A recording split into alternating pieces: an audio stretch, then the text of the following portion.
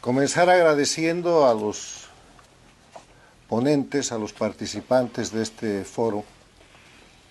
respecto a Chile después del rechazo a la constituyente. Hemos tenido hoy día enfoques desde el punto de vista político de chilenos que están en diversas posiciones que reflejan lo que está pasando en Chile. Chilenos que creen que ya terminó el asunto de la constituyente con el voto definitivo del pueblo chileno, y otros que creen que Chile pidió cambio, que se rechazó la propuesta, pero que sigue habiendo una oportunidad, que hay que buscar una salida de consenso. Hemos escuchado analistas internacionales del Perú, del Ecuador, de la Argentina, desde el punto de vista político y económico. Y hemos escuchado una notable opinión de un experto en economía de nacionalidad chilena. Todo esto nos muestra cuán grave es la situación de un resultado tan claro como el de Chile, 62% con ese nivel de participación, cuando no se cumple la ley, cuando se pone en discusión el fundamento, el marco de consistencia en el cual se realizan todas estas situaciones. Y eso se llama Estado de Derecho. El Estado de Derecho es uno de los elementos esenciales de la democracia y se refiere básicamente al cumplimiento de la ley. Ley que tiene como su máxima expresión a la constitución política de un Estado, que ha sido cuestionada en Chile a partir de una metodología repetida en otros países en el siglo XXI, ya casi habitual, empezada en la Venezuela de Chávez, continuada en la Bolivia de Evo Morales, aplicada en el Ecuador de Correa, llevada a cabo en el tema del referéndum por la paz en Colombia, donde a partir de hechos de violencia se crean o se ponen de manifiesto, se expanden crisis de gobierno. Esas crisis de gobierno se convierten en crisis de Estado y las crisis de Estado rápidamente en crisis de sistema. Entonces, para arreglar el sistema hay que cambiar la Constitución y el mecanismo es el mecanismo de las constituyentes a través de referéndums o a través de plebiscitos, en los que si no ganan la primera vez intentan repetidamente hasta que terminan haciendo su voluntad. Primera conclusión de esta situación recogida de todas las exposiciones es que estamos ante un proceso que no es netamente chileno, que es un proceso que por repetido y por igual en las Américas es un proceso de conspiración transnacional liderado por un grupo que se autodenomina socialismo del siglo XXI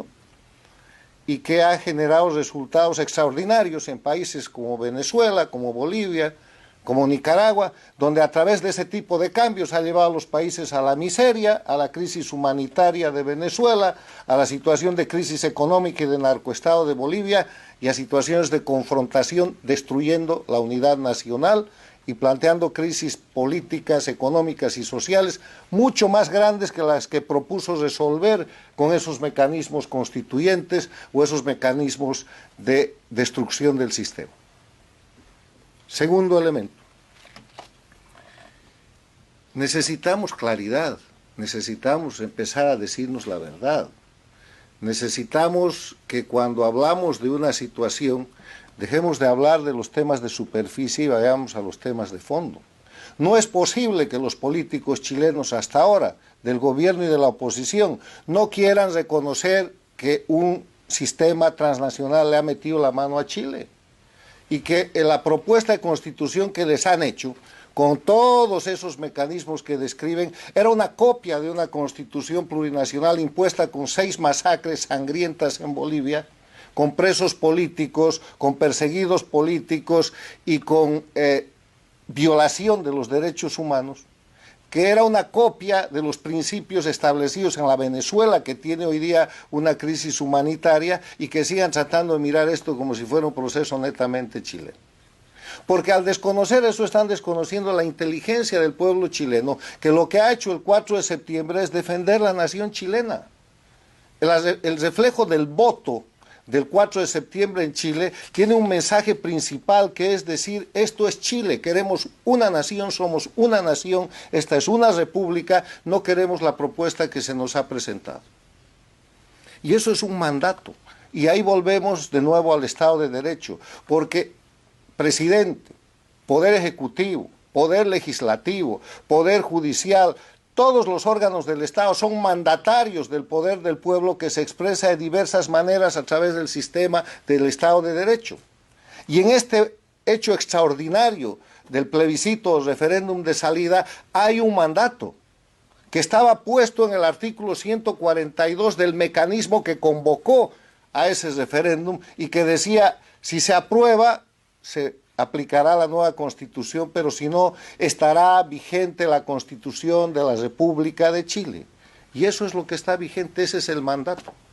Ese mandato va a durar 1, 2, 3 semanas hasta que encuentren consenso los sectores políticos que de la manera en que encuentren eso que llaman consenso estarán desobedeciendo el mandato popular.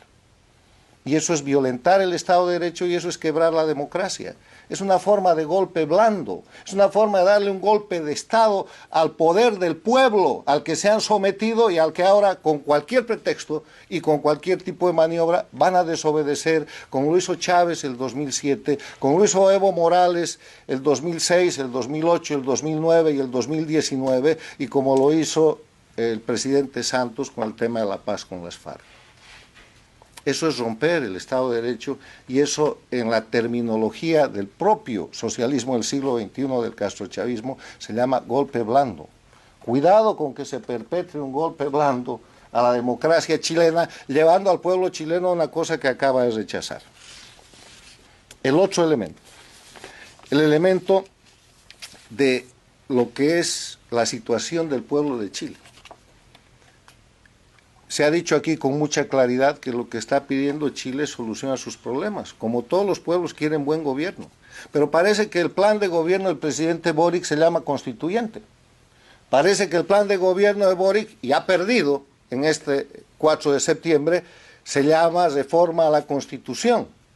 Tienen que cambiar de plan de gobierno porque el pueblo le acaba de decir que no quiere constituyente, que rechaza esa propuesta. Y tiene que darle a Chile un plan de gobierno efectivo. Y ahí viene el papel de la oposición. ¿Por qué ha pasado lo que ha pasado en Venezuela?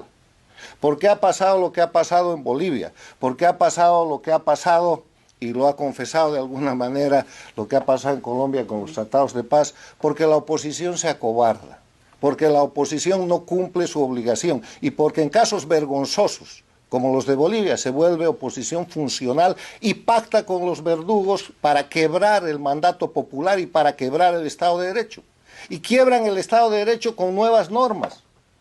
Y de esa manera imponen un régimen que es absolutamente antidemocrático, aunque le pongan el título que le quieran poner, y terminan estableciendo el camino hacia la crisis permanente, cuyos resultados podemos ver la Venezuela de hoy, la Bolivia de hoy y la situación de la paz que no existe en Colombia. Entonces, con tanto ejemplo, con ese marco de referencia tan firme de lo que es el Estado de Derecho y el concepto de democracia, que además es mandatorio también porque está contenido en la Carta Democrática Interamericana, que es un tratado constitutivo, ¿cómo pueden estar los políticos chilenos hoy día discutiendo lo que llaman una oportunidad que evite el movimiento pendular para buscar una salida de consenso, si la salida de mandato ya se la ha dado el pueblo? Estos son los temas sobre los que hay que discutir y veremos en adelante si es que los líderes chilenos del gobierno y de la oposición están dispuestos a cumplir con el mandato del pueblo, a mantener el Estado de Derecho y por lo tanto mantener la democracia, o si un acuerdo del gobierno débil de Boric,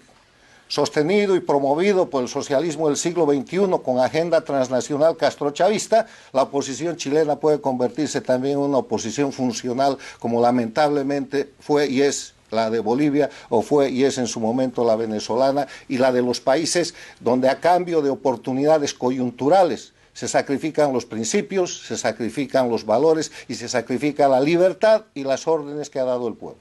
Muchas gracias.